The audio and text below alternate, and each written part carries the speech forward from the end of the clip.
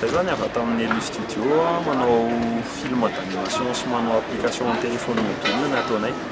Dia nandritra ny iray volana lasa teo nisy fiarahamiasa entre anay sy AMAC izay miandraikitra ny communication an'ny coopérative Cotis Transport.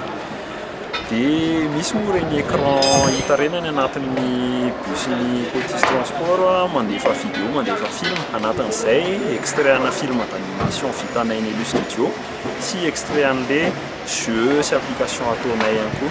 Izay jeu resahako izay misy ny ifanorona izay mety efa fantaran'olona anay ny Elu Studio angamba. Dia anatin'izay koa ilay ifanorona misy fampianarana momban'ny filalaovana ny jeu io aty amin'ny coopérative Cotis Transport nandritra ny volana lasa teo zany.